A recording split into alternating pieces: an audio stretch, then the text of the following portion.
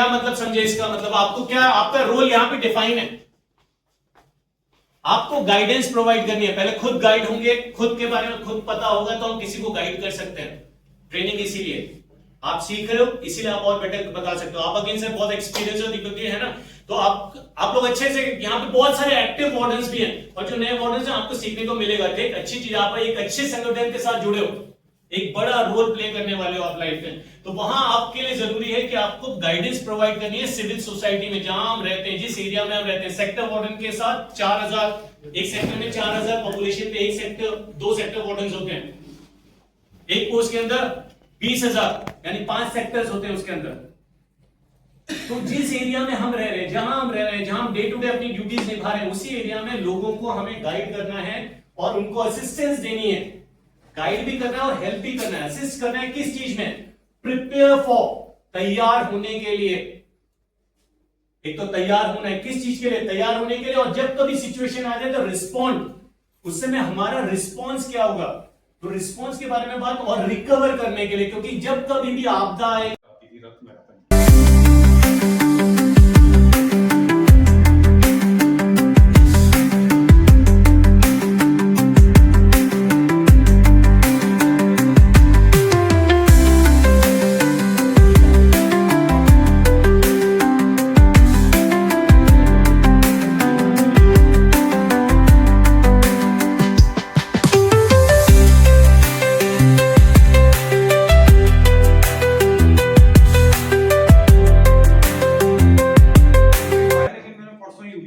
देख रहा हूँ। अब उसने भी ऐसे ही कहा कि मेरा 5-6 लाख का, 10 लाख, 15 लाख का नुकसान हो गया। क्या होता है, हमारे मैडम का कहना भी सही था ना कि यार नुकसान हो जाता तुम लिखते नहीं हो। मैं 10 लाख तक की वो करता हूँ।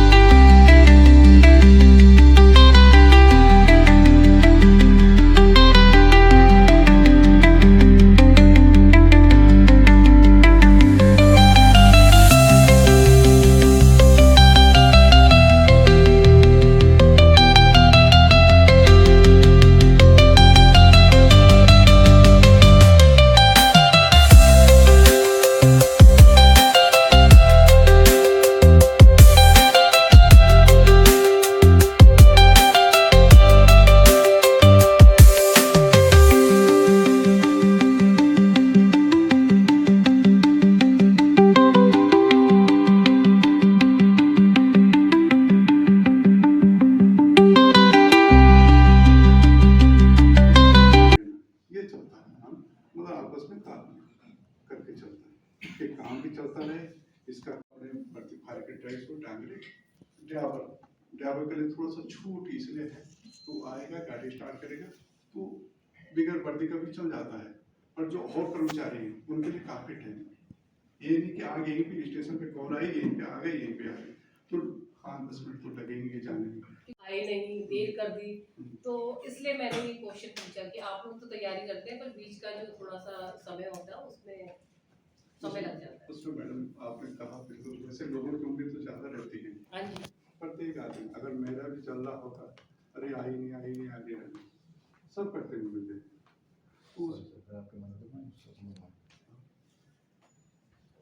आप मैडम जो आपका सवाल है ना सर से, कितनी देर लगेगी? अब आपका एक मिनट, आपका मुख्यालय है जैसे एसएसपी ऑफिस के बगल में है सर, वहाँ पे मेरा तो हाँ, जहाँ पे सपोज आपका मुख्यालय,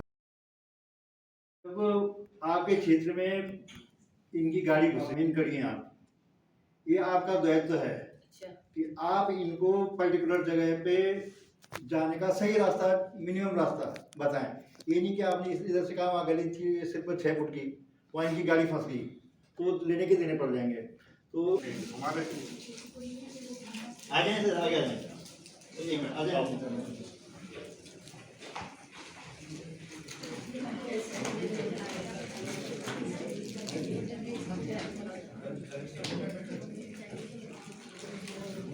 ये है मेरी टीम के कर्मचारी।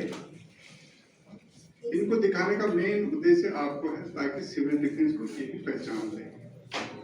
इनमें से 2 जो मेरे आदमी हैं, एक रीडिंग फार्म सत्येंद्र बगवाड़ी जी हैं और एक मनोज खत्री जी हैं। ये जनपद डोईवाला से ट्रांसफर होकर देहरादून एक आध दिन में पहुंचने वाले हैं।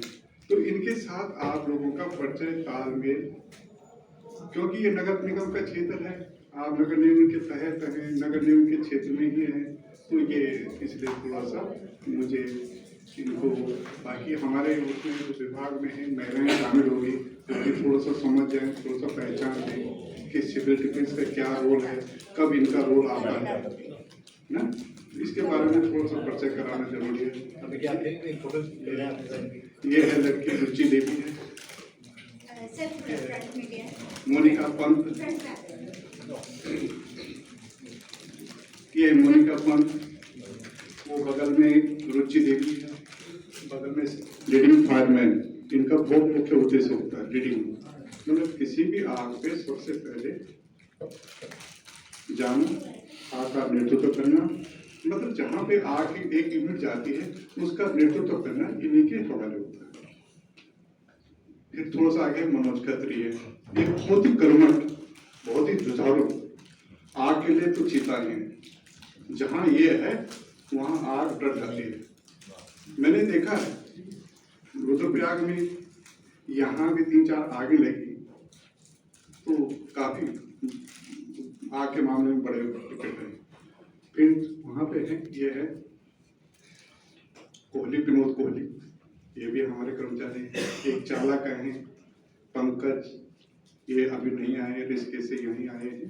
तो ये मेरी टीम है, इससे और कुछ बाकी 2-3 टीम, हम केवल डोईवाला में 17 फायरमैन, 4 ड्राइवर, 4 हवलदार और 1 सेकंड अफसर और 1 अफसर की जो डिस्क चले, इतना कुल 29 आदमी का वहाँ पे लोकेशन है। ठीक है, धन्यवाद। ये मेरे कर्मचारी सर के फायर टीम का और सर के नेतृत्व का हम समस्त सिविल डिफेंस की ओर, परिवार की ओर से आप सबका स्वागत करते हैं। और जैसे इनके अधिकारी बता रहे हैं, इनकी खूबियां गिना रहे हैं, तो निसंदेह इनके जो कर्मचारी लोग हैं ये वास्तव में इस योग्य होंगे। तो हमें भी गर्व है, आपके साथ हमें कुछ सीखने को मिलेगा। आप सबका पुनः धन्यवाद और आशा करेंगे कि आपके नेतृत्व में हमारे सारे वॉलंटियर बहुत अच्छा सीख के जाएंगे। So many thanks, sir.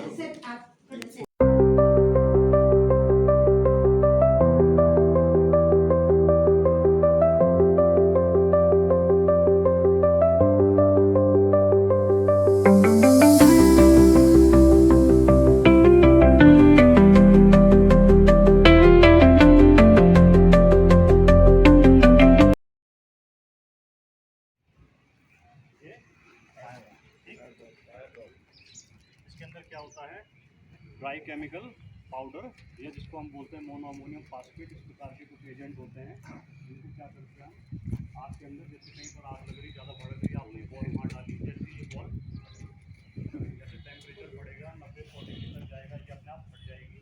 और इसके अंदर प्रेशर से जो वो रखा हुआ है ड्राई केमिकल पाउडर जो स्टोर है, वो एकदम से फैलेगा, है ना, क्या होगा, आग बुझ जाएगी। पानी मारेंगे वो क्या होता है, आप किसी भट्टी में जाते हैं, वहाँ क्या होता है, किसी भी धातु को पिघलाया जाता है। आप जैसे गए, आपके पास जानकारी नहीं है, या आपके साथ जो अधिकारी हैं उन लोगों ने कभी अपने कार्य को थोड़ा समझने में लापरवाही कर दी और आपने तुरंत वहाँ पानी चलाया। जैसे ही आप खौलती हुई मेटल की भट्टी में पानी डालेंगे, क्या हो जाएगा, भड़केगा नहीं, ब्लास्ट हो जाएगा। ब्लास्ट होगा, मेटल क्या होगा, जो लिक्विड फॉर्म में है वो क्या होगा, सीधे आपके ऊपर आकर के गिर जाएगा। ठीक, आप गए किसी को बचाने के लिए और आप क्या हो गए खुद, तो ऑक्सीजन क्या हो जाएगी, कट हो जाएगी, मिलनी बंद हो जाएगी, आग स्वतः अपने आप बुझ जाएगी। अगर आप तरल पदार्थों की आग के ऊपर फोम इस्तेमाल नहीं करेंगे तो आप दुनिया की सारी जितने एजेंट है सब डाल दीजिए, बुझेगी नहीं। तो इसीलिए फोम हम इसलिए रखते हैं, कहीं पर भी कोई तरल पदार्थ की कोई आग होगी तो फोम को इस्तेमाल करके हम क्या करेंगे, उसको आग को बुझा सकते हैं।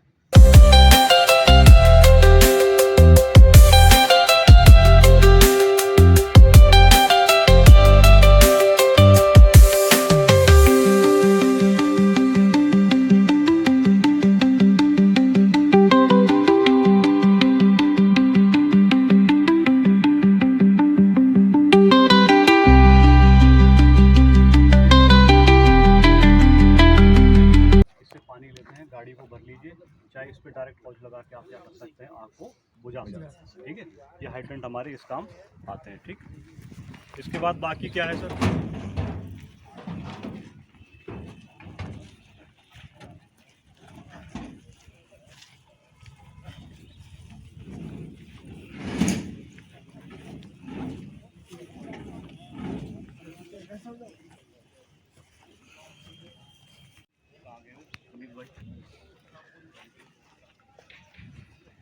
भरा हुआ, ठीक है। ये हमारे 2 सिलेंडर जिसमें क्या है 50-50 लीटर के हमारे फोम कंपाउंड, वही जो उसमें आपके इसमें ढूंढना है। हाँ बिल्कुल बिल्कुल उसी टाइप के फोम कंपाउंड जो है हमारे इसके अंदर भरे हुए हैं। ठीक है, लिक्विड के साथ मिक्स, मतलब फोम कंपाउंड वो इसके अंदर भरा हुआ है, 50 लीटर की कैपेसिटी है। इसके साथ ये सिलेंडर है, ठीक। मैम हमने प्रैक्टिकल में से ये समझ इसके अंदर प्रेशर को क्रिएट करते हैं। प्रिंसिपल है वो भी बिल्कुल यही है। उसमें थोड़ा सा सिलेंडर छोटे हो जाते, छोटे लेवल का हो जाता है। जी जी जी, वो थोड़ा सा छोटे लेवल का हो जाता है, है ना, वो चीज़ होती है। ठीक है सर, और कुछ बाकी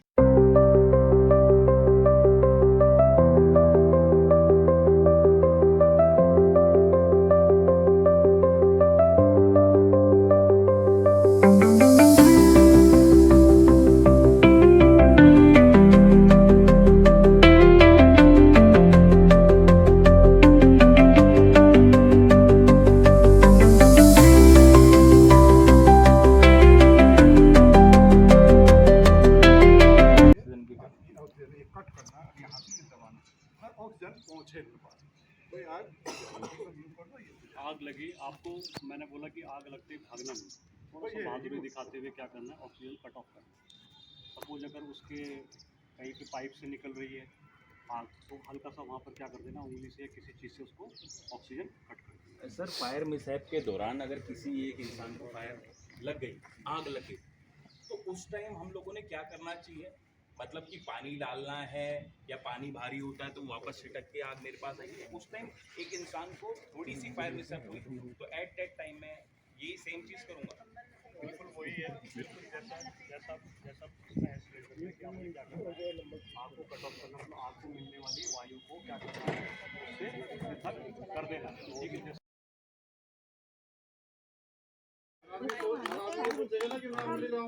पाउडर ड्राई पाउडर था यही है ड्राई पाउडर ही है। इसका मेथड पता है आपको? बता दीजिए एक बार सबने, क्योंकि पास मतलब पी मतलब पुल, पुल मतलब इसकी जो पिन होती है उसको पुल करना है, खींचना है।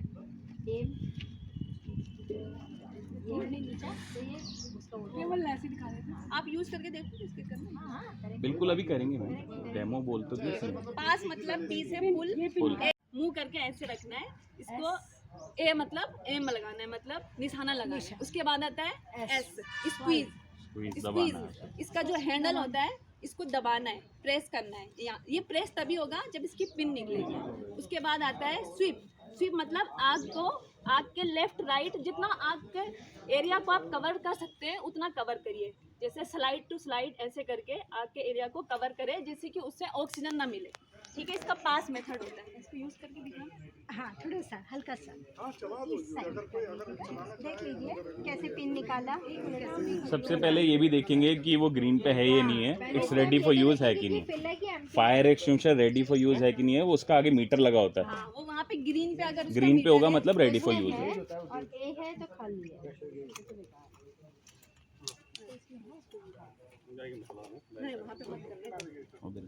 एक्चुअली हम लोगों ने फायर नहीं लगाई यहाँ पे क्योंकि 6 दिसंबर की तैयारी हो रही है और पॉल्यूशन से बच रहे हैं। हमेशा नोजल नीचे कीजिएगा, ठीक है, जहाँ पे आग है।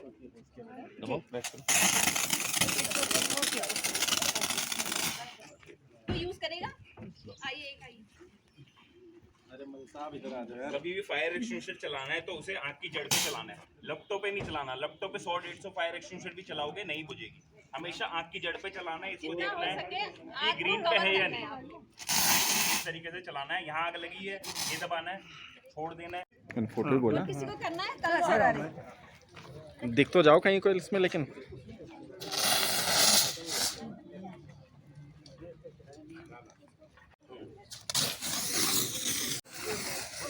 नीचे नीचे नीचे नीचे प्लीज। अब कुछ और सिखा रहे हैं और लोग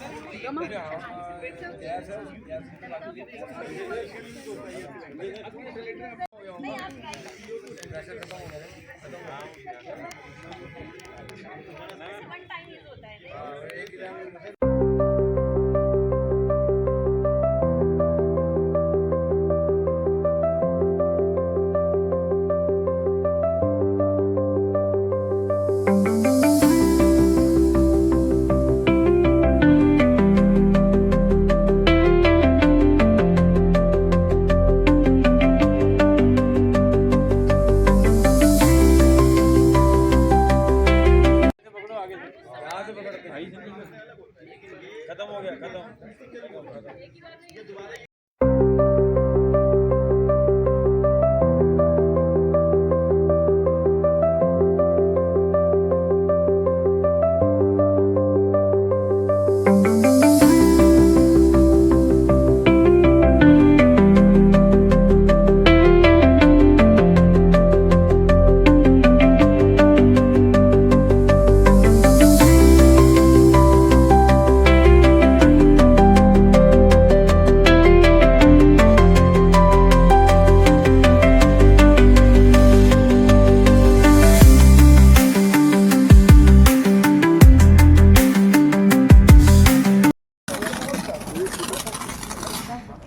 कोई यूज करेगा?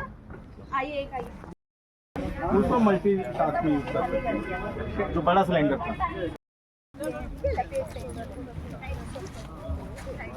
साइड से करना ना, जिससे वो लूज ना हो। बराबर करके वो गलत जा रहा है।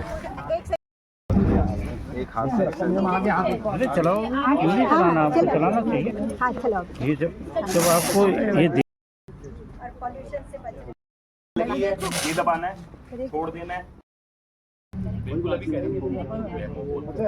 पास मतलब पी से पुल, ऐसे एम पिन निकालते हुए जहाँ तुम्हें आग पे निशाना लगाना है, उसका मीटर भी आग लगी है, कितनी है तो कभी भी जो इसकी नोजल होती है ना, इसको ऐसे में मत करना है, हमेशा इसको नीचे की साइड रखना है, क्योंकि इसका जो पाउडर इससे निकलेगा वो आपके मुंह पे भी आ सकता है। तो हमेशा इसको आग की साइड मुंह करके ऐसे रखना है, इसको ए मतलब एम लगाना है, मतलब निशाना लगाना है।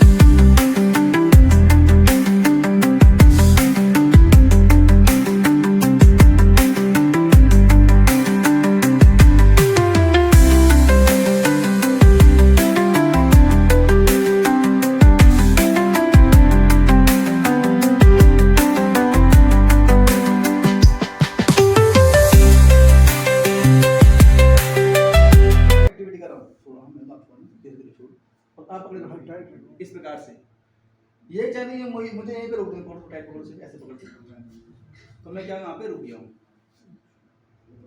आया आपके समझ में? फर्स्ट काम क्या होगा, खुद को एंकर करने के लिए। दूसरा काम, जब हम किसी को बिले देते हैं, जब आप ऊपर से नीचे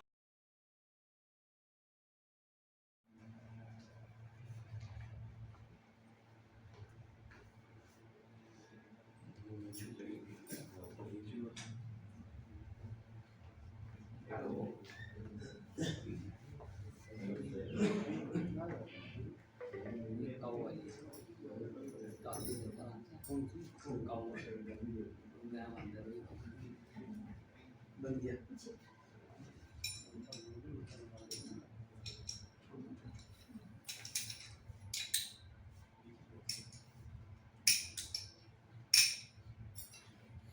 ये किस पे लेके जो आपके ऊपर क्या होगा, रेस्टर होगा, जिसे हम प्लेयर बोलते हैं।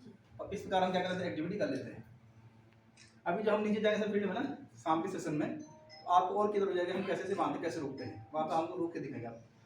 और मुझे अगर रोकना है तो मैं यहाँ से क्या करूँगा, लॉक कर लूँगा। इसके अलावा हम क्या करते हैं, कभी कभी किसी बिल्डिंग से किसी विक्टिम को हम आर पार करा रहे हैं या हम रिवर क्रॉसिंग करा रहे हैं, उस पर हम क्या करते हैं, यहाँ से उसे क्या करते हैं, हम कंट्रोल करते हैं। हम जहाँ भी रिवर क्रॉसिंग करेंगे एक क्या करो, एक सिर्फ हाइट होगा डाउन पे।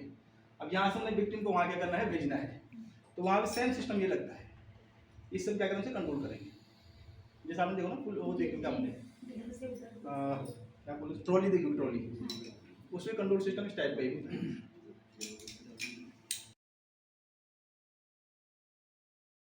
यहाँ मिलने वाले अवरोध कच्ची या पक्की चिनाई वाली दीवारें, आरसीसी के फर्श और छतें, टिन, सरिये, लकड़ी या कंक्रीट की संरचनाएं आदि कुछ भी हो सकता है। CSSR बचाव दल को CSSR स्क्वाड कहा जाता है, जिसका काम घायलों को ढूंढना, उन तक पहुंचना, उनकी अवस्था को स्थिर करना और उन्हें ध्वस्त ढांचे से सुरक्षित बाहर निकालना होता है। SDRF को जब कभी भी किसी इमारत के ध्वस्त होने की सूचना मिलती है तो उसकी एकीकृत कमांड दुर्घटना स्थल के निकटतम स्थित शिविर को एक्टिवेट कर देती है।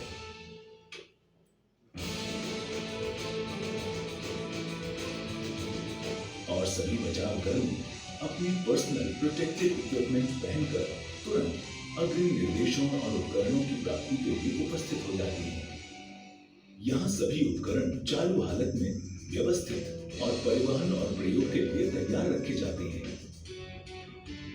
यहाँ कमांडर सभी बचावकर्ताओं को आपदा की जगह, प्रकार, प्रभावित हुए लोग, क्षेत्र, मकान, मौसम और रास्ते की जानकारी देता है।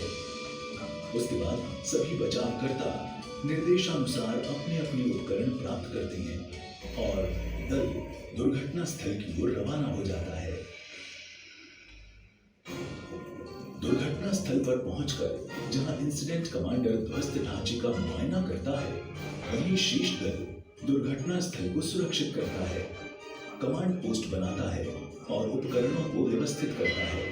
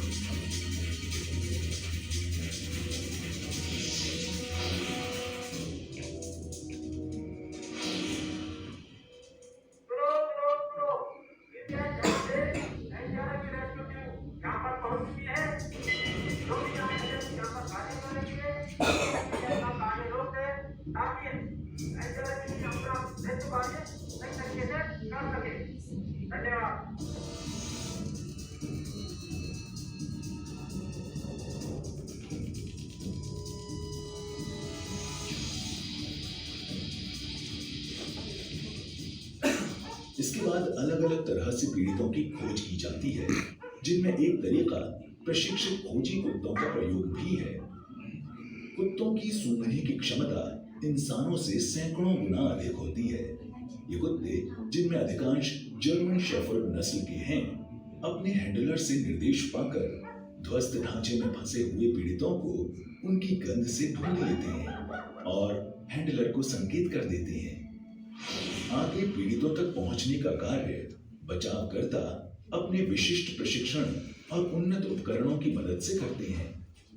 खोज का दूसरा तरीका हेल सर्च है, जिसमें लाउड हेलर पर तेज आवाज में निम्न संदेश ढांचे के अलग अलग स्थानों से बार बार प्रसारित किया जाता है।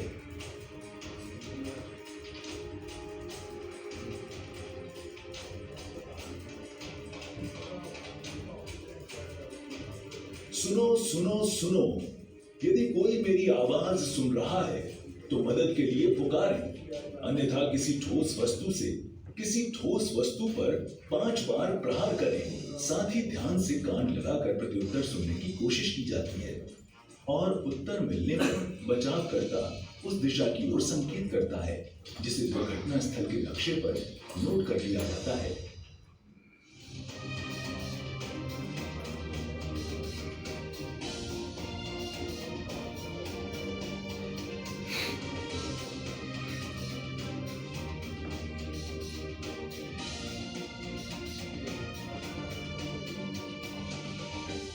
इसके बाद बचावकर्ता अपने उपकरण लेकर बचाव कार्य शुरू कर देते हैं। ऐसे अभियानों के दौरान जोड़ी में काम करना एक मानक पद्धति है, जिसमें दूसरा बचावकर्ता पहले बचावकर्ता के पीछे खड़ा रहकर उसे शारीरिक मदद और सुरक्षा प्रदान करता है। बचावकर्ता पहले आरसीसी की दीवार पर सावधानी से त्रिभुजाकार निशान लगाते हैं ताकि काटते हुए विक्टिम को कोई चोट न पहुंचे। सबसे पहले ब्रीचिंग सिस्टम की मदद से दीवार पर एक इंस्पेक्शन होल बनाया जाता है।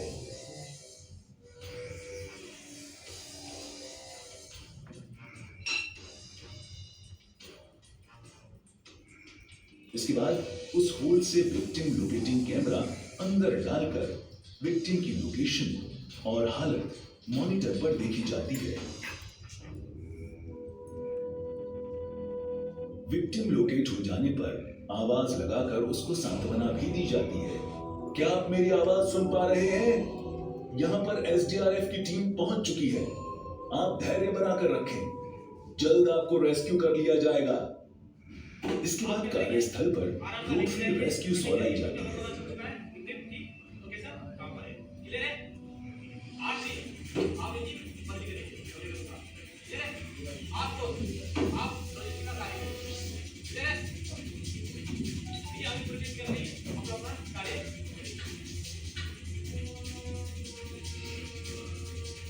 और जोड़े में कार्य करते हुए बचावकर्ता रोटरी रेस्क्यू सॉ चलाकर दीवार का तिकोना टुकड़ा काट दिया जाता है।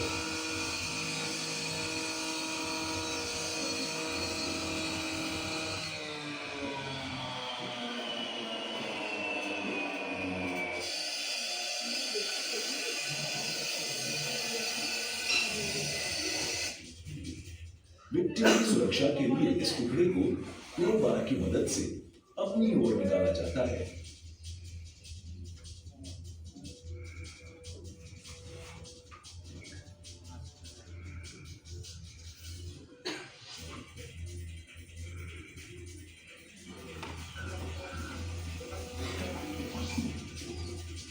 फिर बदली करके दो अन्य बचावकर्ता उसमें उपकरणों के साथ प्रवेश करते हैं।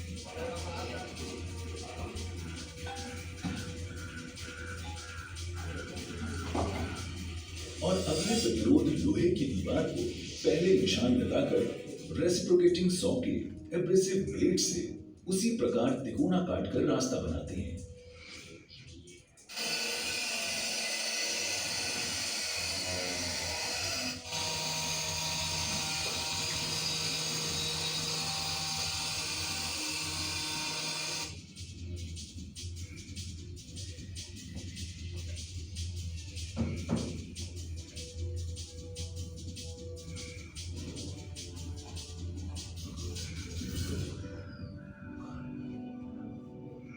इसी प्रकार अगले लकड़ी के प्रतिरोध को कार्बाइड टिप्ड चेन सॉ से काटकर रास्ता बनाया जाता है।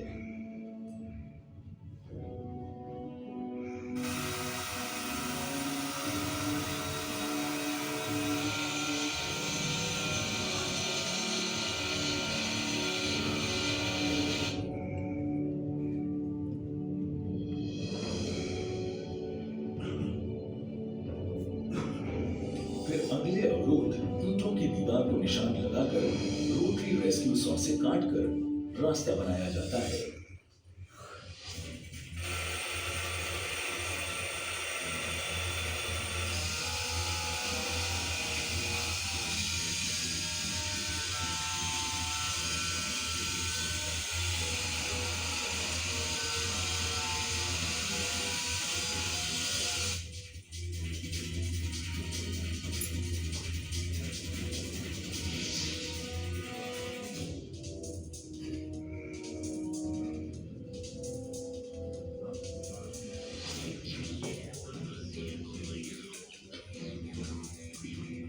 विक्टिम तक पहुंचने पर बचावकर्ता पहले उसकी शारीरिक स्थिति और चोट आदि की जांच करते हैं। इसी समय प्राथमिक उपचार और अन्य मेडिकल सामग्री और स्ट्रेचर भी अंदर ले आया जाता है।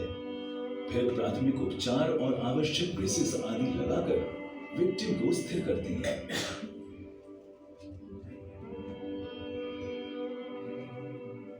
उसके बाद उसे स्ट्रेचर पर लिटाकर स्ट्रैप्स से अच्छी तरह बांध दिया जाता है ताकि हिलने डुलने या गिरने का खतरा न रहे।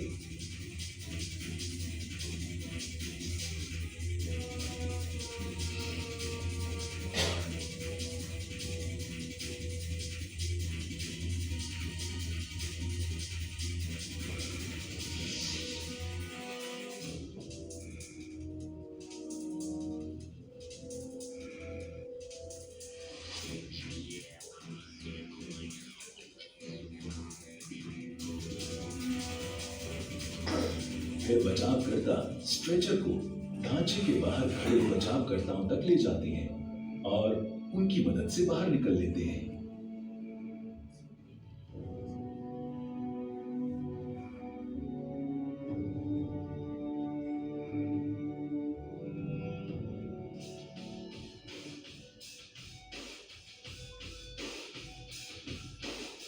यहां से विक्टिम को एम्बुलेंस तक ले जाया जाता है जो उसे अस्पताल ले जाती है।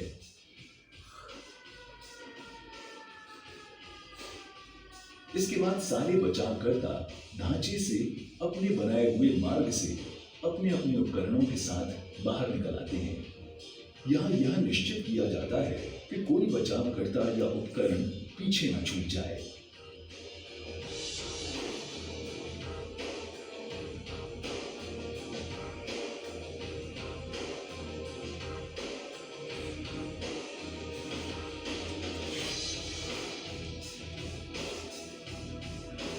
इसके बाद सभी बचावकर्ता अपने उपकरणों के साथ इंसिडेंट कमांडर के सामने उपस्थित होते हैं। इस प्रकार एक और जटिल रेस्क्यू ऑपरेशन सफलता से पूरा कर लिया जाता है और अमूल्य जीवन बचा लिए गए हैं।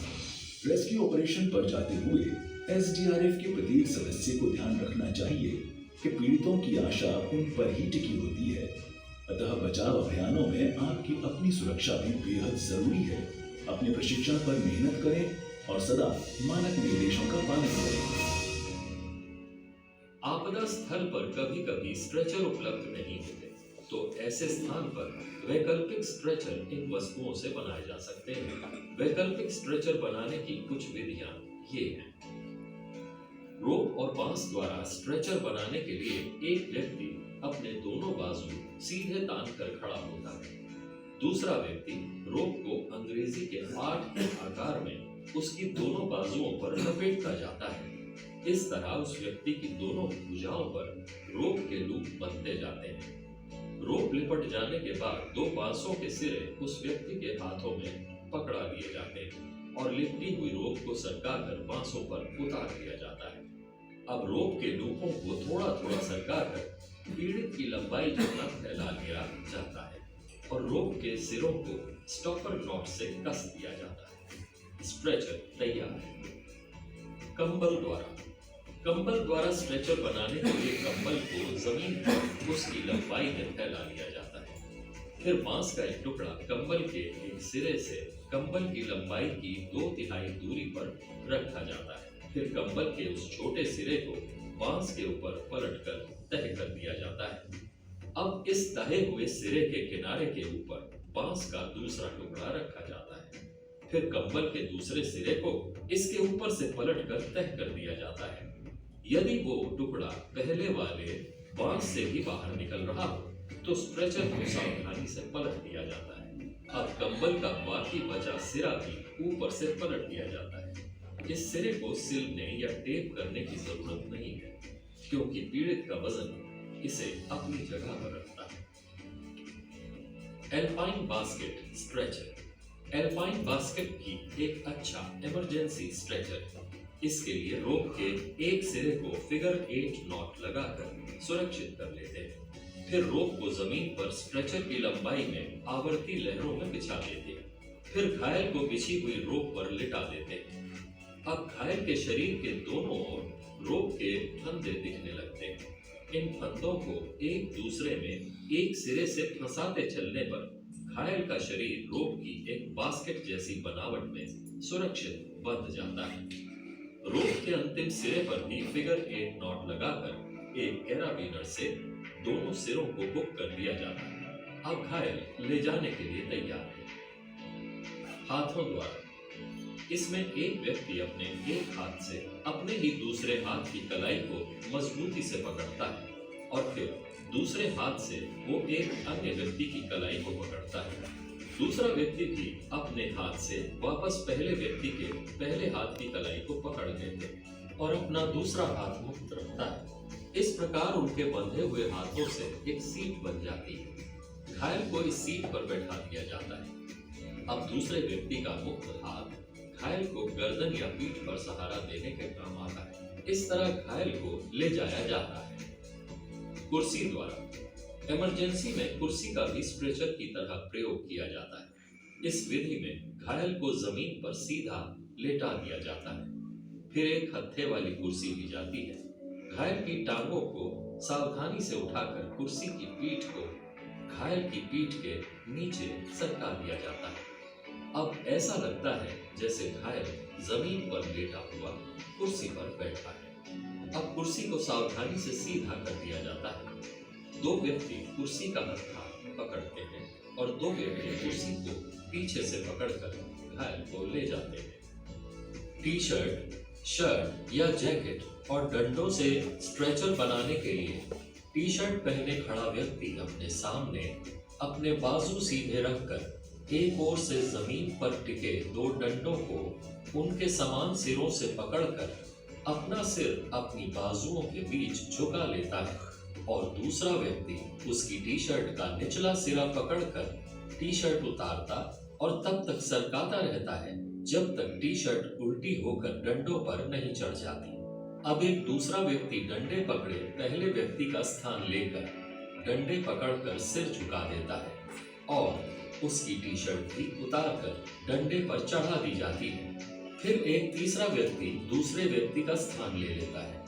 जब पर्याप्त टी शर्ट डंडों पर चढ़ जाती है तो उनको सही तरह से बिठाकर और जरूरत हो तो बटन या जिप बंद करके स्ट्रेचर बना लिया जाता है।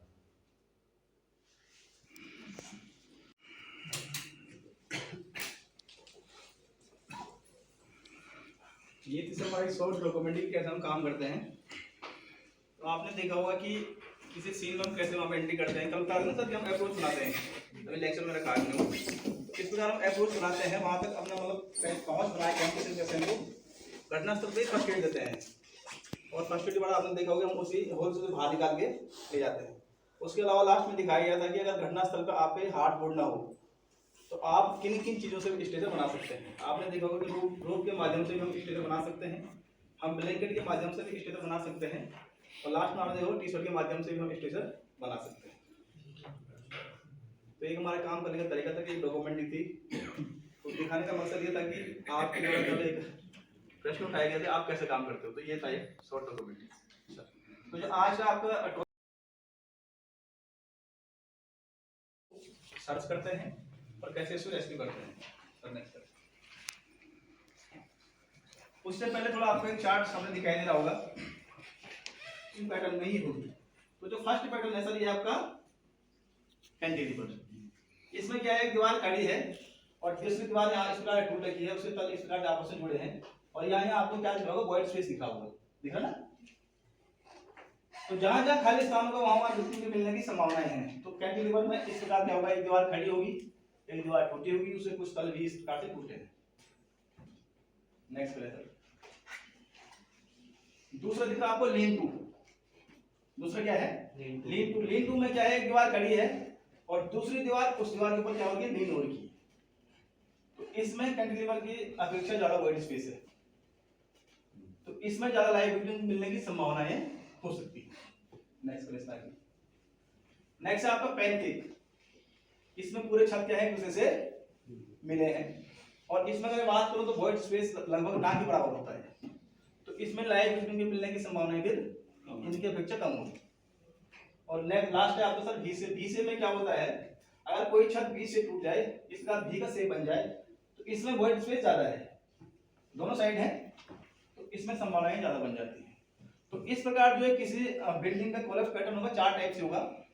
तो चारों में हमें अगर रेस्क्यू करना है तो हम प्राथमिकता किसे देंगे, किसे देंगे, इसे, जहाँ पे क्या है ज़्यादा वॉइड स्पेस है, जहाँ पे ज़्यादा लाइव विक्टिम मिल सकते हैं। उसके बाद फिर आपका लेन टू है, फिर आपका कैंटिलीवर है, लास्ट पे आपका टंकी। और सर क्लियर हो रहा समझ में?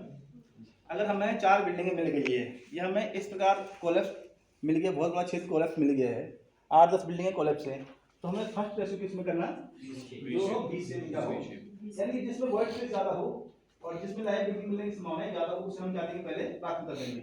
उसके अलावा सेकंड नंबर पे लीन टू, थर्ड है आपका कैंटिलीवर और लास्ट क्या है आपका कैंटिलीवर। अब थोड़ा सा हम अप्रोच, कल सर कहते हैं अप्रोच की बात, कि हम वहाँ तक अप्रोच कैसे बनाएंगे। यहाँ पे बात हो रही बिल्डिंग की, हम बात कर रहे हैं क्योंकि लेक्चर ये CSR का है। इसके अलावा कहीं पे कोई पहाड़ी में कोई विक्टिम गिरा है तो वहाँ पे हमें क्या चाहिए होगी, रोप चाहिए होगी। कोई नदी में डूबा है फिर हमें क्या चाहिए, वहाँ पे राफ्ट की लाइफ जैकेट चाहिए। लेकिन हम बात किसी करें बिल्डिंग की, अगर हमें किसी बिल्डिंग तक किसी विक्टिम तक अप्रोच बनानी है तो कितने तरीके हैं, 2। एक आपका वर्टिकल, दूसरा आपका हॉरिजॉन्टल। वर्टिकल में देखा आपने जब डॉक्यूमेंट देखी थी तो हमारी वर्टिकल अप्रोच था, कल भी सबने बताया था कि हम क्या करते हैं, उसे ट्रायंगुलर में काटते हैं और 70/70 तीनों भुजाएं 70/70 की होती हैं, और जो हमारा बेस होगा उसे 90 डिग्री में काटते हैं और दोनों साइड भी 80 से 50 डिग्री में काटते हैं। इसलिए काटते हैं कि अंदर मलबा ना गिरे। अब आपने क्या करा, वहां पे एक होल बनाया, ब्रिजिंग सिस्टम इंसर्ट करा, BLC इंसर्ट करी और देखा वहां पे कि कहाँ पे विक्टिम है, तो उसके नजदीक से नजदीक जाके क्या करेंगे, अप्रोच बनाएंगे। बहुत सी जगहों पे हमें हो सके कटिंग करने की जरूरत ना पड़े, हम खिड़की दरवाजे से भी अंदर जा सकते हैं। तो उसके लिए आता है इसमें हम सोलिंग करेंगे उसको, ठीक है। नहीं तो आपने काटना है, और काटने के लिए सबसे पहले इसमें तरीका हो तो सबसे पहले आप बेस काटेंगे, देखा ना आपने, सबसे पहले बेस काटेंगे, तो आप किसी एक को भी काट लो, और काटने के बाद मलबे को बाहर निकालना है, फिर वहां तक अप्रोच बनानी है, फिर घटनास्थल पे उसे फर्स्ट एड देना है। आपने देखा हमारे पूरा फर्स्ट एड का सामान था, हमने वहां पे उसे ड्रेसिंग बैंडेजिंग करी, वहीं पे उसे हमने तुरंत सी कॉलर लगा दिया था, लगाया ना सर्वाइकल कॉलर, शायद आपको फर्स्ट एड क्लास चलेगी, सिखाएंगे उसमें कि कैसे हम सर्वाइकल कॉलर लगाते हैं। और सर्वाइकल कॉलर से आपने देखा होगा, उसके बाद हमने 2 क्या लगाया साइड से, क्या लगाए थे, 2 साइड रोल लगाए थे ना, कॉटन रोल लगाए थे 2। वो इसलिए लगाते हैं कि जब हम किसी पेशेंट को सर्वाइकल कॉलर अप्लाई करते हैं तो उसकी गर्दन 70% स्टेबलाइज हो जाती है, और हमें कितना चाहिए, 100% चाहिए। तो 100% के लिए हम दोनों साइड से क्या लगा लेते हैं, 2 कॉटन रोल लगा लेते हैं। अगर कॉटन रोल ना है तो आप वहाँ इम्प्रोवाइज कुछ भी लगा सकते हैं, आप पिलो को लगा लो, आप ब्लैंकेट लगा लो, आप बेडशीट लगा लो, आपने क्या करना है, गर्दन को क्या करना है, आपने स्टेबलाइज करना है। इसलिए आपको गए थे वहाँ बचाने के लिए, आपने उसे मूवमेंट करा, और ये जो हमारे रीढ़ की हड्डी है पीछे, ये हमारे सारे नर्वस सिस्टम को ये कंट्रोल करता है, पता ना आप लोगों को। और ये डिस्टर्ब हुआ तो इंसान जीवन भर के लिए वो पैरालाइज अपाहिज हो सकता है। तो इसलिए हमने क्या करना, उसे गर्दन क्या करना, स्टेबलाइज करनी है। तो आपने देखा होगा, हमने गए अंदर उसे सी कॉलर लगाया, जहाँ जहाँ ड्रेसिंग बैंडेजिंग करी, अगर उसे वहाँ पे CPR की आवश्यकता है तो उसे CPR भी देते हैं, और as a medical first responder हम उसे वहाँ पे कोई मेडिसिन नहीं देते हैं। आपने पढ़ा होगा फर्स्ट एड में कि हम उसे कोई भी दवाई वहाँ पे नहीं देते हैं, हमने सिर्फ फर्स्ट एड देना है। सिर्फ जहाँ जहाँ ब्लीडिंग हो रही है उसे ब्लड कंट्रोल करा, स्प्रेडिंग हो रही है उसको बची बांधी, स्टेजर हार्ट को शिफ्ट करा, और वहाँ से उसे बाहर निकाल के हम हॉस्पिटलाइज कर लेते हैं। दूसरी अप्रोच होती है आपकी वर्टिकल अप्रोच। वर्टिकल अप्रोच हम क्या करते हैं, वहाँ पे हम स्क्वायर में काटते हैं, हॉरिजॉन्टल में हम ट्रायंगुलर में, और वर्टिकल में हम स्क्वायर में काटते हैं। और स्क्वायर में काटने से पहले हम क्या करते हैं, बीच में होल करते हैं। होल करा, होल के अंदर करने से हम वहाँ कैमरे से भी देख सकते हैं, या फिर हम किसी रस्सी की, किसी रोड के माध्यम से, किसी रस्सी के माध्यम से उसे हम वहाँ पे स्टेबलाइज भी कर सकते हैं, ताकि लोड अंदर ना गिरे। सेम 2 साइड से हमने 90 डिग्री काटा, और 2 साइड से 80 से 50 डिग्री में, और वहाँ से हमने मलबा क्या करना, बाहर करना है, फिर वहाँ अप्रोच बनाएंगे।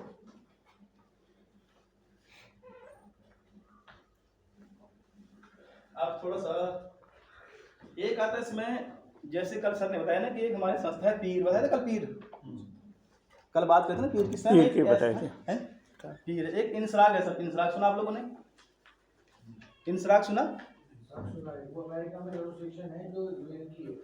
जी जी जी जी हाँ जी हाँ जी। इसका मुख्यालय शायद न्यूयॉर्क में है, शायद मैक्सिको में शायद।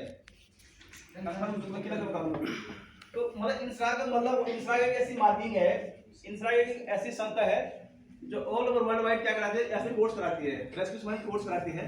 और इंफ्रा का जो फुल फॉर्म है international search and rescue advisory group है। तो इंफ्रा की एक ऐसी मार्किंग होती है सर कि जब हम लोग बहुत बड़ी घटना कहीं में घटित होती है, बहुत बड़ी घटना घटित हुई और वहाँ बहुत सारी टीमें जाती हैं, जैसे नेपाल में आपको गया था और बहुत सी टीमें वहाँ पे गई थी। अब उसमें क्या हुआ था, शुरुआती दिनों में कभी हुआ था कि वहाँ पे क्या हुआ था कि कोई टीमें गई, उसने इस बिल्डिंग में रेस्क्यू करा, दूसरी टीम गई उसने इसी बिल्डिंग में रेस्क्यू करा, फिर तीसरी गई उसने इसी बिल्डिंग में रेस्क्यू करा। फिर उन्होंने कहा कि ऐसे हम एक मार्किंग ऐसा हम वो करें, एक ऐसा हम याद करें कि ताकि ये काम दोबारा न हो। तो फिर इस इंफ्रा मार्किंग की उत्पत्ति हुई थी। तो यहाँ पे आप लेवल देख रहे होंगे कि लेवल इसमें होते हैं 5। ये ऐसा हम लोग असेसमेंट सर्च एंड रेस्क्यू जो लेवल होते हैं 5 लेवल होते हैं। ये 5 लेवल मैं आपको इसलिए समझा रहा हूँ तो आगे आपका और किधर हो जाएगा। ये जो लेवल 1 में होता है कि वाइड एरिया असेसमेंट।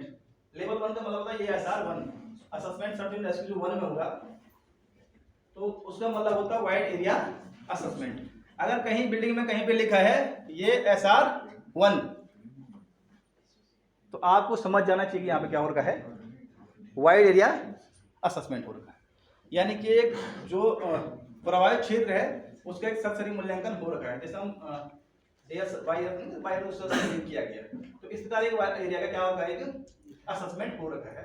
अगर वहां पे लिखा है ये SR 1, वहां पे लिखा है ये SR 2 तो एज ए रेस्क्यू आपको समझ जाना चाहिए कि यहाँ पे क्या हो रखा है। ये जो प्रभावित क्षेत्र है अलग अलग सेक्टर में क्या कर रखा है, डिवाइड कर रखा है, अलग अलग सेक्टरों में से बांट रखा है। सेक्टर 1 2 3 4 उसमें बांट रखा है। इसके अलावा आता है इसमें ये SR 3। ये SR 3 कहीं पे लिखा है किसी बिल्डिंग में आप गए वहां पे क्या लिखा है, ये SR 3। तो एज ए रेस्क्यू आपको समझ जाना चाहिए कि यहाँ पे क्या हो रखा है, रैपिड सर्च एंड रेस्क्यू। यहाँ पे त्वरित खोज हो रही है और मुझे क्या करना चाहिए यहाँ पे, ये SR 4। ये SR 4 का मतलब होता है फुली सर्च एंड रेस्क्यू। उसमें आपका किलिंग सर्च होगी, फिर टेक्निकल सर्च होगी, आपकी कैनाइन सर्च होगी। और ये SR 4 होता है वहां पे आपने पूरा रेस्क्यू करा, उसमें आपको बहुत टाइम भी लग सकता है। और लास्ट टाइम का लेवल 5 ये SR 5 मतलब होता है total coverage search and rescue. अब इसका बेनिफिट हमें क्या मिलेगा, आप किसी बिल्डिंग में गए और वहां पे लिखा है बिल्डिंग ये SR 5 तो एज ए रेस्क्यू आपको समझ जाना चाहिए कि यहाँ पे हमें रेस्क्यू करने की जरूरत नहीं है, तो यहाँ पे पूरा रेस्क्यू हो चुका है। सपोज करो आप उस बिल्डिंग पे गए और वहां पे लिखा है ये SR 3 तो आपको समझ जाना चाहिए कि यहाँ पे क्या होगा, रैपिड सर्च एंड रेस्क्यू हो रखा है, मुझे क्या करना है, फिर पुलिस सर्च करना है।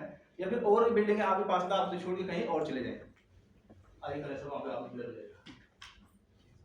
ये इस प्रकार का एक बॉक्स होगा सर, और इसका हर चीज का माप है ठीक से ही कि आपका इस प्रकार का एक बॉक्स होगा। ये बॉक्स को 1 बाय 1 1 मीटर से चौड़ाई होगी, 1.2 मीटर की लंबाई होगी। इस पर एक बॉक्स होगा। बॉक्स के सबसे ऊपर लिखा है टाइप ऑफ हजार्ड, लिखा है ना टॉप में। यहाँ पे टाइप ऑफ हजार्ड होगी, वहां पे किस प्रकार का हजार्ड है जिसमें आप रेस्क्यू कर रहे हैं। ये सारा काम कौन करता है आपका, एक होती है आपकी लीमा। लीमा सुना आपने, एक होता है आपका Lima LEMA local emergency management authority. इसका काम होता है ये सारी चीजें करना है। तो आपका ऊपर टाइप ऑफ हजार्ड होगा कि जिस बिल्डिंग में आप रेस्क्यू कर रहे हैं उसमें किस प्रकार का हजार्ड है। सपोज करो उस बिल्डिंग में आग लगी, हम एक उस विक्टिम को उस बिल्डिंग को टाइप देंगे जहाँ पे जहाँ पे हम रेस्क्यू 12 घंटे से पहले पहुंच जा रहे हैं। कहीं पे घटना घटित हुई और हम 12 घंटे से पहले पहुंच गए और हमने देखा उस बिल्डिंग में क्या है, वॉइड स्पेस बड़ा है, तो उसे हम टाइप दे देंगे A। 12 घंटे से पहले पहुंचे, 5 जगह वॉइड स्पेस कम है, खाली स्थान कम है, टाइप दे देंगे D। फिर वैसे ही उसमें टाइमिंग का है, 12 घंटे बाद पहुंच रहे हैं, वॉइड स्पेस बड़ा C D। तो इस प्रकार हम इस इंसान मार्किंग को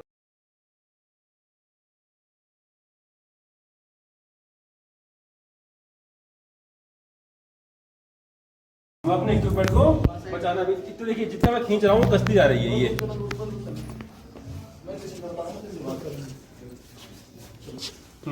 इस प्रकार से हम इसको खींचेंगे। नहीं सर, इसको ढलान दे अब हम इसको खींचते रहेंगे। अब कितना कसना है हमें। अब मैं अकेले खींचूंगा तो इतना नहीं कस पाऊंगा इसको। तो इसमें क्या होता है कि कम से कम 4-5 लोग या 10-12 लोग आपके मिलके इसको खींचते। 4-5 इसलिए कह रहे थे, हमारी टीम में 4-5 लोग ही होते हैं। ठीक है, तो हम इसको कसेंगे। जैसे हम कसते रहेंगे इसको, तो अगर आगे आप देखें, आगे आप रोप पे हाथ लगाएं तो रोप क्या हो गई, बिल्कुल दबाइए, टाइट हो गई बिल्कुल। ये इसको हम बिल्कुल से सरिया होता है उसी प्रकार से हम इसको टाइट है।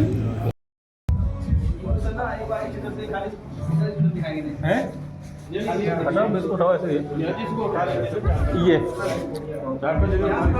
हाइट तो होना चाहिए बस, ये हो गया। ये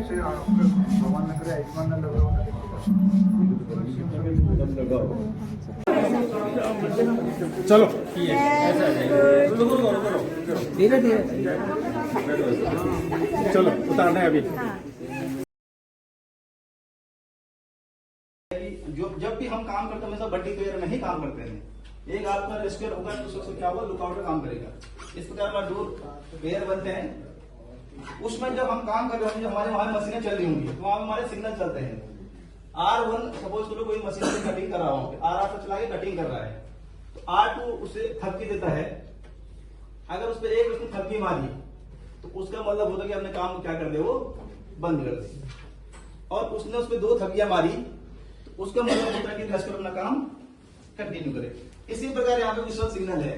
अगर वो एक लंबी सीटी वहां पे मारता है, रेस्क्यूअर जब आपका एस्पोर्ट लीडर या फिर आपका टीम कमांडर उसने लंबी सीटी बजाई, इसका मतलब होता है कि जो वहां पे आपकी टीमें काम कर रही वो अपना काम को रोक दे। अब वो रोकने का कारण अलग अलग हो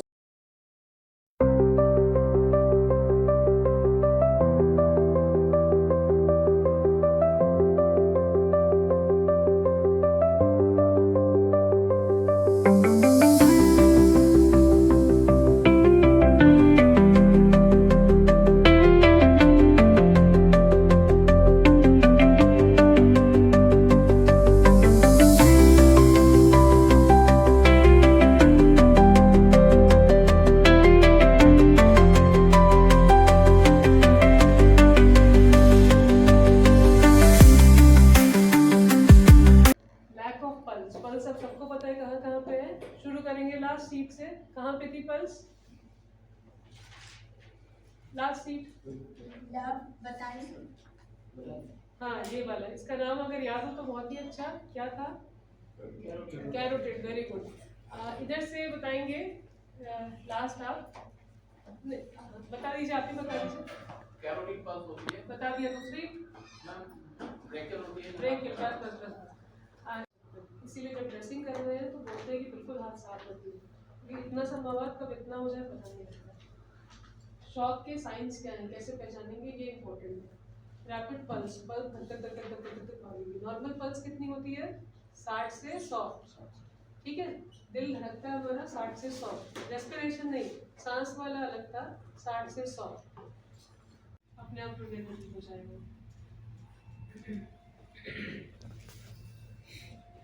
Activate the ambulance right way. This is the person. Citing to circulation. Cause of fainting वही बताया, टेम्पररी रिडक्शन, मतलब ब्रेन से ब्लड का सप्लाई कम हो गया। कुछ भी हो, मूवी को देखते हैं, कोई बैड न्यूज बताता है, बेहोश रहता है, अरे उठाओ उठाओ उठाओ, तो वही इमोशनल अपसेट, एग्जॉशन। एक से दिन भर आप बोलो फील्ड के 4 चक्कर 10 चक्कर लगाइए, एग्जॉस्ट होके बेहोश हो जाएगा। Lack of foods, long period of standing. Standing वही है कि ब्लड सारा नीचे गया। जो हमारी ये वाली मांसपेशियां होती हैं घुटने के नीचे वाली पीछे की तरफ, उसको हम सेकंड हार्ट बोलते हैं। एक तो हार्ट हमारा ये है, और एक सारा वेन जो वहाँ पे होती है वो सारा बॉडी में पंप करती है। तो ये दोनों का हल्के बना लें। जो पीछे काफ मसल जो होती है हमारी, वो भी हार्ट का काम करती है, सारा स्क्वीज करके वेन से ब्लड ऊपर ले जाना। ये आप पहचान ही जाएंगे आप इतने बात बताने के बाद कि कैसे पहचानेंगे। लॉस ऑफ कॉन्शियस,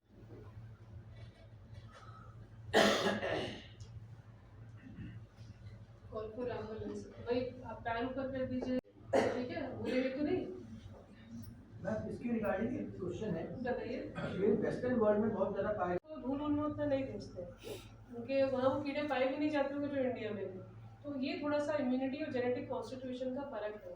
उनका खान पान अलग है, हमारा खान पान अलग है। इम्यूनिटी में खान पान का बहुत फर्क है, बिल्कुल सब कुछ बहुत अलग है। तो अगर एक मच्छर मुझे काटे और अमेरिकन को काटे तो हमारी बॉडी अलग अलग तरह से रिस्पॉन्ड करेगी।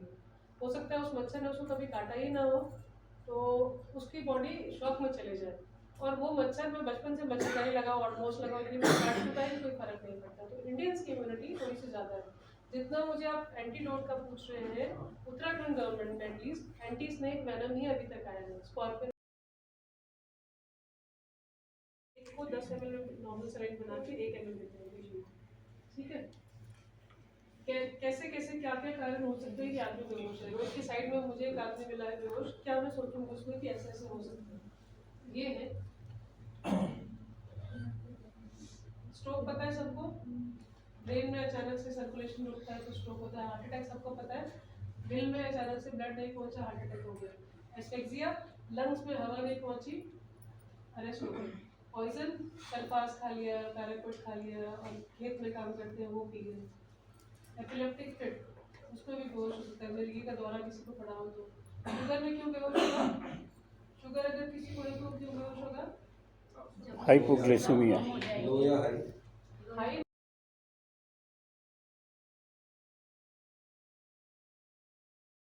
हाई है तो मैं क्या करूँगा, या तो मैं खुद या फिर किसी और को हेल्प करने के लिए उसको कॉल कर दीजिए, और साइड बाय साइड मैं उसी बीच में कैरोटिड पल्स पे और उसके रेस्पिरेशन के लिए कैरोटिड पल्स और रेस्पिरेशन विद इन मुझे 10 सेकंड के अंदर दोनों एग्जामिन करनी है, देखना है कि इसमें क्या है, पल्स और रेस्पिरेशन पेशेंट में है कि नहीं है, ठीक है। और इसमें हमारे 3 सिनेरियो बनते हैं। कैरोटिड पल्स कैसे करना बता दो, अंगूठा अंदर लेके पल्स, ठीक है। जो आप एक डाउट हो ऐसा नहीं करना है, इसको नॉर्मली 2 फिंगर से पल्प से देखना है कैरोटिड पल्स। आप एक बार अपनी पैल्पेट करके देखिए, ये हमारी लार्ज वेसल होती है, इसको पैल्पेट करना इजी होता है, ठीक है। कहीं पे भी कर सकते हैं, इसको दोनों साइड से नहीं करना। अगर आप दोनों साइड से करेंगे तो अगर ब्लड उसके पल्स होगी भी तो आप ब्लॉक कर देंगे, ब्रेन में जाने वाला ब्लड आप रोक देंगे। तो और बहुत ज्यादा देर तक इसलिए नहीं करना क्योंकि ब्रेन में जाने वाला जो ब्लड है वो रुक जाएगा, जिससे कि आप पेशेंट की कंडीशन को डिटोरिएट कर सकते हैं। 2 फिंगर से पल्प से ये किया, और रेस्पिरेशन देखना है तो फिंगर से फील कर सकते हैं, फिर चेस्ट मूवमेंट देख सकते हैं, ठीक है, कि चेस्ट मूवमेंट है कि नहीं है, ठीक है। पेशेंट में हेल्प के लिए बोला, दूसरी चीज एग्जामिन किया, फिर इसमें हमारे पास 3 सिनेरियो बनते हैं पल्स और रेस्पिरेशन के लिए। पहला सिनेरियो है सबसे इजी कि पेशेंट के पास पल्स भी है, रेस्पिरेशन भी है।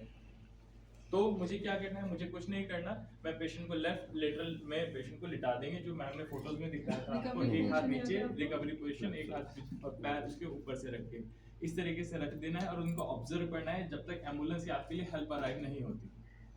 पहला सिनेरियो ये है। और उसके बाद हमारा सेकंड सिनेरियो बनता है पल्स और रेस्पिरेशन एग्जामिन किया, पेशेंट के पास पल्स है, रेस्पिरेशन नहीं है। रेस्पिरेशन नहीं है, पेशेंट खुद से सांस नहीं ले पा रहा है, तो हमें उसको सिर्फ सांस की ही देनी है। तो मैं उसको एग्जामिन करके देखूंगा उसके माउथ में कुछ वो तो नहीं है, कुछ सिक्रीशन तो नहीं है, कुछ ब्लड तो नहीं है, कुछ धूल मिट्टी या कुछ और किसी चीज से ब्लॉकेज तो नहीं है। जस्ट मैंने माउथ ओपन करके देखा, चिन टिल्ट किया और लिफ्ट किया और एग्जामिन करने की कोशिश किया। मुझे लगता है इसमें ब्लड है, स्पूटम है या कुछ भी लिक्विड है, बलगम है, ठीक है। तो अपने पॉकेट से कुछ भी हैंकी निकाला है, साइड में कुछ भी कोई कपड़ा पड़ा है, पेशेंट के ही कपड़े से निकाल के उसको जितना क्लियर हो सके क्लियर करने की कोशिश करेंगे। और पॉकेट है या कोई भी कपड़ा है, क्योंकि आपके पास यूजुअली वहाँ पे कोई इंस्ट्रूमेंट तो होगा नहीं, माउथ टू माउथ हम उसको ब्रीथ दे सकते हैं, ठीक है। तो हमें वही ब्रीथ देनी है लगभग 6 सेकंड में एक बार, 10 ब्रेथ पर मिनट के हिसाब से। और ध्यान क्या रखना था, जब मैंने बताया था आपको माउथ टू माउथ दे रहे हैं तो क्या चीज पिंच करके रखनी है, head tilt, chin lift and nose pinch, ये तीनों याद रखिए। ये हेड टिल्ट हुआ, ये चिन लिफ्ट हुआ, ये नाक बंद किया, फिर माउथ टू माउथ, ठीक है। सिक्रीशन क्लियर कर, कपड़ा भी रखना है ना, अभी WHO का गाइडलाइन है कि कपड़ा रखना जरूरी है बीच में। कहाँ पे? माउथ CPR में। अच्छा, ये जो हमारी होती है WHO नहीं होती, अमेरिकन हार्ट एसोसिएशन होती है, जो हर 5 साल में चेंज होती है। तो लेटेस्ट जो है 2025 वाली है, जिसमें उसमें क्लॉथ का मेंशन नहीं है। क्लॉथ रखेंगे तो ऑक्सीजन जाएगी कैसे? WHO की गाइडलाइन CPR की हमारी खबर क्लॉथ उस टाइम कहाँ मिलेगा, जैसे अगर ना मिले तो मतलब CPR की गाइडलाइन AHA देता है। इन्फेक्शन वगैरह के चांसेस नहीं होंगे, हाँ, उनको भी और उनको भी। यूजुअली मैं बताता हूँ, इसके लिए हमारे पास ना पॉकेट मास्क अवेलेबल होते हैं कि पॉकेट मास्क में आपको डायरेक्ट पेशेंट को टच ना करना पड़े। एक फोल्डेबल मास्क होता है, पॉकेट में रख के आप घूम सकते ले सकते हैं, पॉकेट से निकाल के एक प्रोवाइड हो जाए और आपको थोड़ा सा गैप रहता है उसमें, और फिर आप उससे ऑक्सीजनेशन दे सकते हैं, उससे ब्रेथ ले सकते हैं। तो सर जैसे वो नॉर्मल वाला मास्क होता है जो हम लोगों ने कोविड में पहना था, तो वो वाला मास्क लगा के भी कर सकते हैं क्या CPR? नहीं CPR नहीं, माउथ टू माउथ ब्रीथिंग की बात करें। फोल्डेबल मास्क बता रहे हैं ना, ऐसा होता है वो पिचक जाता है बिल्कुल ऐसे, यहाँ से फूला हुआ पॉकेट वाला, पॉकेट में खोलते हैं फिर ऐसा बन जाता है, वो उसकी बात कर रहे हैं। तो पॉकेट मास्क वो नहीं, उसमें तो आपकी ब्रेथ दे ही नहीं सकते उसमें, तो वो सिर्फ स्पेशली उसी के लिए होता है, ब्रीथिंग देने के लिए। ठीक है, हमने 2 सिनेरियो देख लिए। पहला सिनेरियो जिसमें पल्स और ब्रीथिंग दोनों थी, सेकंड में जिसमें पल्स भी जनरेट करनी है और ऑक्सीजन भी देनी है।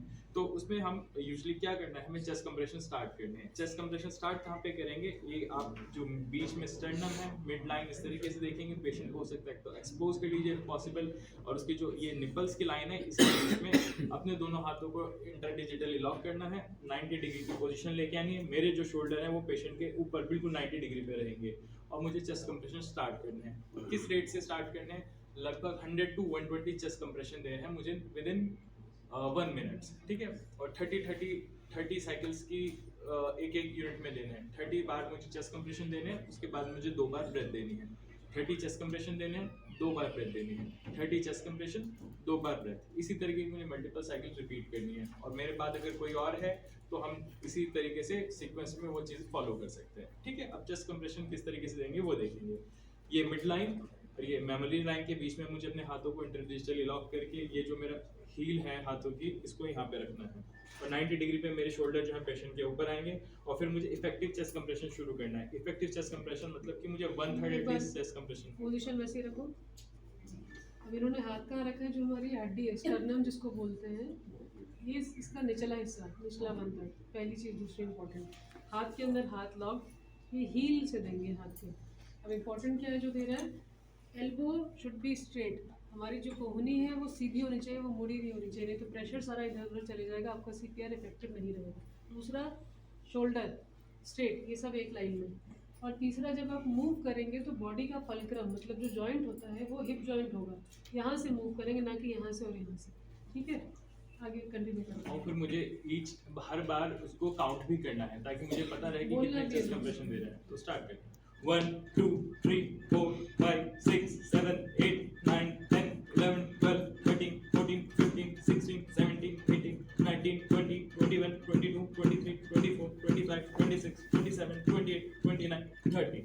हेड टिल्ट, चिन लिफ्ट ऐसे उठाया था। C और E टेक्निक अभी बताया जाएगा आपको। राउंड C ये जॉइंट से बात कीजिए।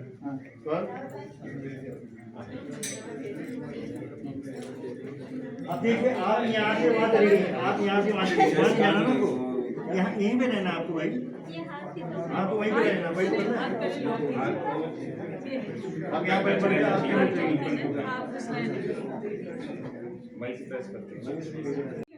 कोई और क्वेरी, कुछ भी आ रहा हो मन में छोटे।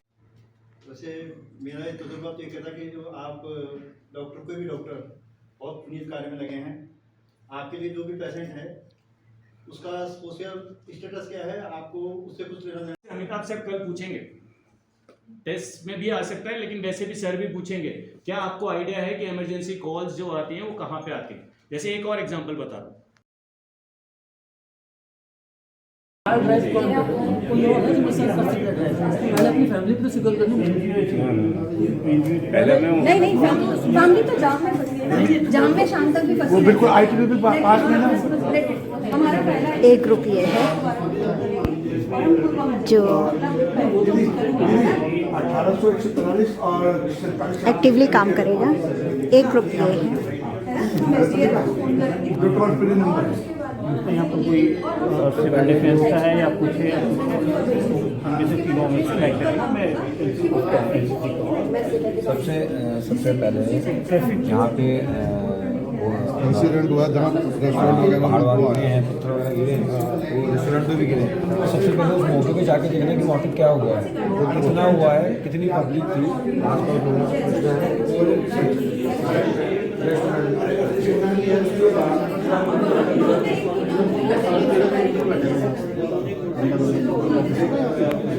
साढ़े 3 किलोमीटर बैठेगा और उस कैफे में लगभग उसमें कुछ रेस्टोरेंट भी था, उसमें कुछ लोग रेस्टोरेंट में बैठे हुए थे। वहाँ पर कुछ रूम्स वगैरह भी है, उसमें 4-5 रूम्स के 8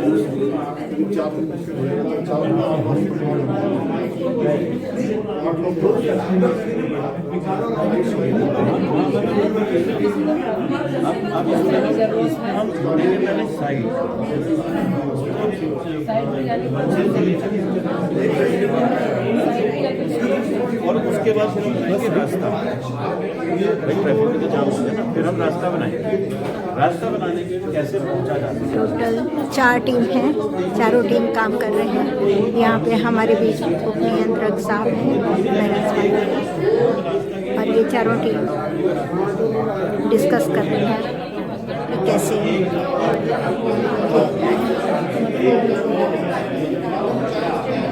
इंस्ट्रक्टर दीपक चौहान।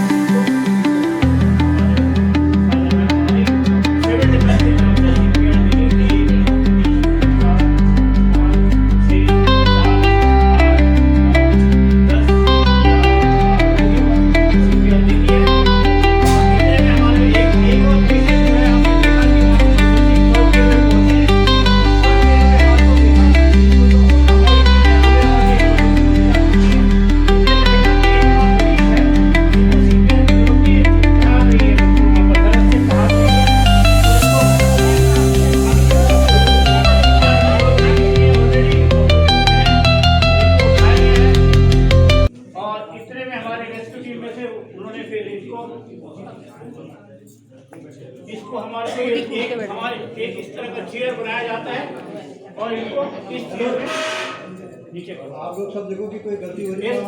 इस चेयर में हम बैठा के हम ये SDRF का जो चेयर है इसको बैठा के हमने रेस्क्यू किया है। इसको उनको भी इन्फॉर्म कर दिया कि हम इस तरह का रेस्क्यू ऑपरेशन कर रहे हैं ताकि वहाँ से भी हमें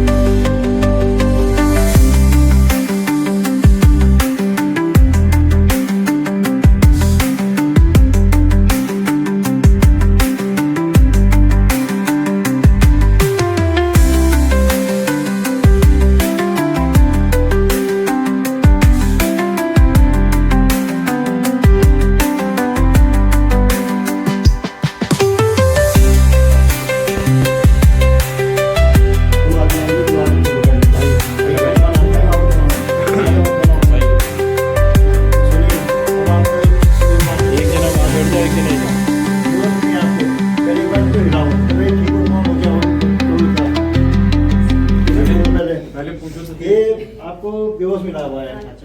आप इसे पूछे कि ये ठीक है या नहीं है, इसको जरूरत ये नहीं है, गिराओ से कैसे पहले आप सेफ है कि नहीं वो देखना है। सीन सेफ्टी सबसे पहले। आप सेफ हैं? ऐसा नहीं है जो भी प्रश्न नहीं है मैम, ये कैसे जा रही है? ठीक है।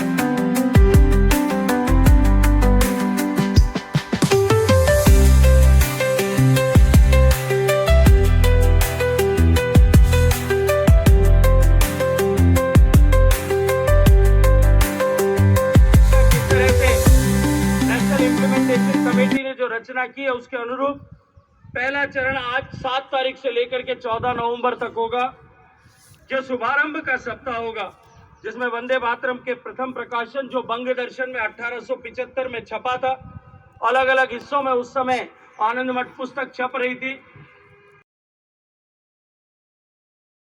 आगे कब झुका है? क्रांतिकारी मतंगनी हाजरा ने 73 वर्ष की आयु में उस नारे के साथ ही गोली खाई। 1907 में मैडम भीकाजी कामा ने जर्मनी के स्टटगार्ट में भारत का पहला क्रांतिकारी झंडा फहराया, जिसकी पट्टी वंदे मातरम के अलंकार से सजी थी।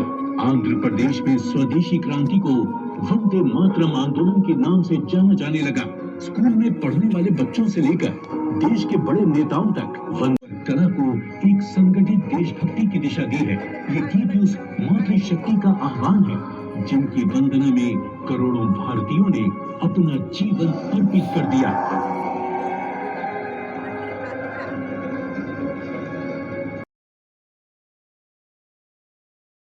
आजादी के परवानों का तराना होने के साथ ही इस बात की भी प्रेरणा देता है कि हमें इसे आजादी की रक्षा कैसे करनी है। बंकिम बाबू के पूरे मूल गीत की पंक्तियां हैं, तम ही दुर्गा 10 प्रहरण धारिणी, कमला कमल दल बिहारिणी, वाणी विद्यादायिनी, नमामि त्वं नमामि कमलाम अमलाम अतुलाम सुजलाम शुभलाम मातरम वंदे मातरम।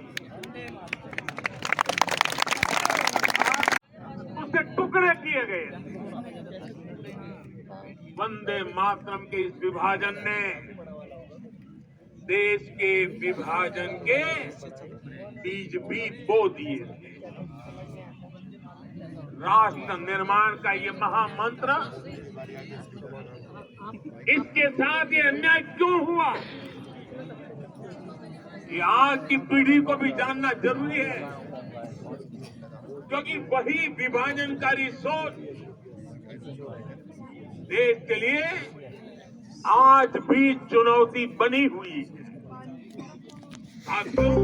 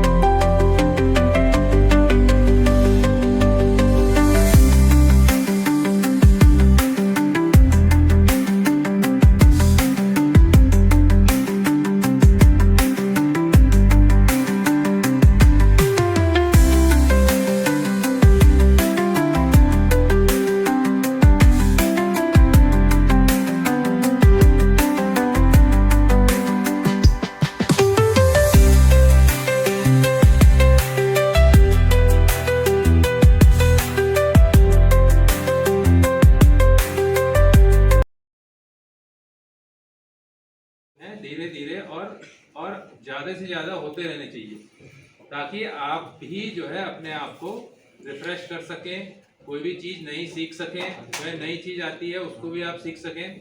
और ऐसे ही क्योंकि आपके यहाँ जो हमने 360 जो वॉलंटियर पूरे ट्रेनिंग देनी है, और हर बैच में कुछ ना कुछ जो भी जो वक्ता जो आ रहे हैं इसमें लेक्चरर या जो कोई लेक्चर देने आते हैं, वो भी कुछ ना कुछ एक दो कुछ ना कुछ बदल जाते हैं। तो चाहे वो फायर सर्विस से आ रहे हों, SDRF से आ रहे हों, या स्वास्थ्य विभाग से आ रहे हों, या आपके ही मध्य जो पहले से ही ट्रेंड हैं और ट्रेनर्स हैं, उनके द्वारा जो ट्रेनिंग दी जा रही है आपको, उसका लाभ जरूर मिलेगा आपको। और हम लोग भी क्या है कि इस हुए 80 लोग हुए हैं ना, हमको 360 लोगों का जो है ट्रेनिंग दिलानी है। तो आप लोग भी उन पर जा कर के बताइएगा कि किस प्रकार से वहाँ ट्रेनिंग हो रही है और कितना लाभ प्राप्त हुआ है। और इसके हम जो है अब 1 महीने पूरे तैयारी करेंगे।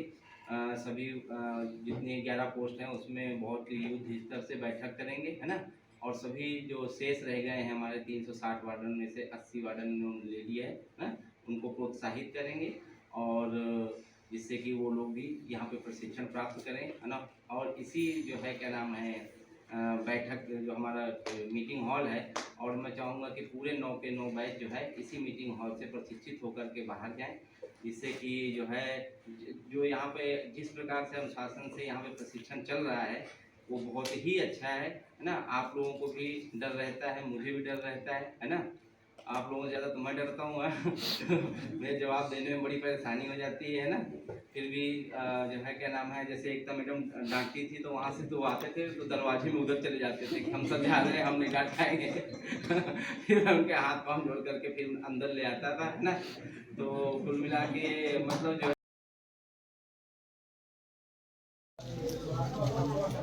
हमारे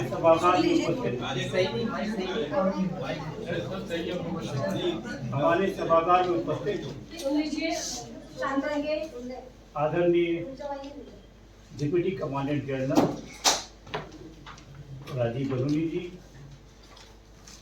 हमारे अति आदरणीय senior staff officer Ekta ma'am, हमारे आदरणीय अति प्रिय डिप्टी कंट्रोलर साहू जी, जो इस वक्त हमारा जो ट्रेनिंग गया है ये बहुत ही बेहतरीन गया है।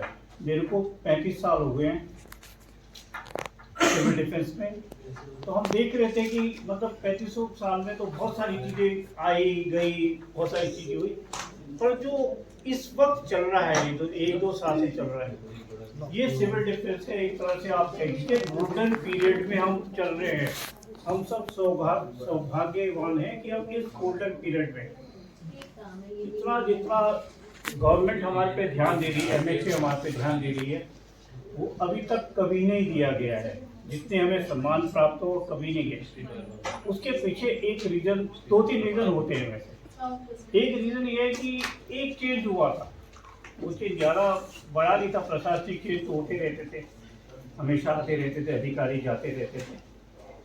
आज से 1 साल पहले हमारे पास एक, अब उसको देवी को कहिए, बद्रीनाथ की कृपा कहिए, बद्रीनाथ से एक अधिकारी उतरे, हमारे डिप्टी जो कंट्रोलर हैं साहू साहब, और इन्होंने जो इनकी जो वो जो जन भावना या जिसको कह सकते हैं कि इनकी जिसको एटीट्यूड कहते हैं ना, कि वो कहते हैं कि भावना है कि ये इन्होंने कभी अपने आप को मतलब एक डिप्टी कंट्रोलर की तरह समझे ही नहीं। ये हमेशा हमारी तरह ही सेक्टर वार्डन की तरह ही समझा, हमारी तरह ही इन्होंने काम किया। और बल्कि एक चीज़ और भी है, आप में से बहुत सारे लोगों को, मैं इसमें अपने आप को गिनता हूँ, अगर आज मेरे को कहा जाए कि 360 लोगों के नाम बता दीजिए, उनके फोटोग्राफ मेरे आगे रख दीजिए, ये पहचाने, या उनके घर तक के करे पोस्ट वाइज, तो मैं नहीं कर पाऊंगा। साहू साहब की है वो एक फोटो, हम देख रहे थे उस दिन फोटोग्राफ जितने होते, वो कह रहे ये संजय जी का है, वो है ये, वो एक फोटो को, वो एक आदमी को पर्सनली जानते हैं, एक आदमी को पर्सनली फोन करके यहाँ पर बुलाया। इसी के लिए हम आए हैं यहाँ पर। मैं तो पर्सनली उन्हीं के वो था कि तभी आया। मैंने कहा अरे इतना मेरे को मतलब उनको एक का पता है कि कहाँ रहता है, क्या करता है, क्या कर रहा होगा, किस तरह की माहौल में होगा, सब कुछ उनको पता है। इस तरह का एक अधिकारी हमारे पास होना बहुत बड़ी चीज़ है। उन्होंने जितने प्रयास किए हैं बिल्कुल, तो उसके कारण ये जन आंदोलन हो गया। पर इसमें एक वो भी होता है कि ऊपर का सहयोग भी होना जरूरी होता है। तो उसी टाइम एक कृपा और हुई कि हमारे पास डॉक्टर, हमारे डायरेक्टर जनरल डॉक्टर PV के प्रसाद जी का भी वो आगमन हुआ। और इसमें दो ही वर्ड में उनको कह सकता हूँ कि नम्रता और सम्मान देना।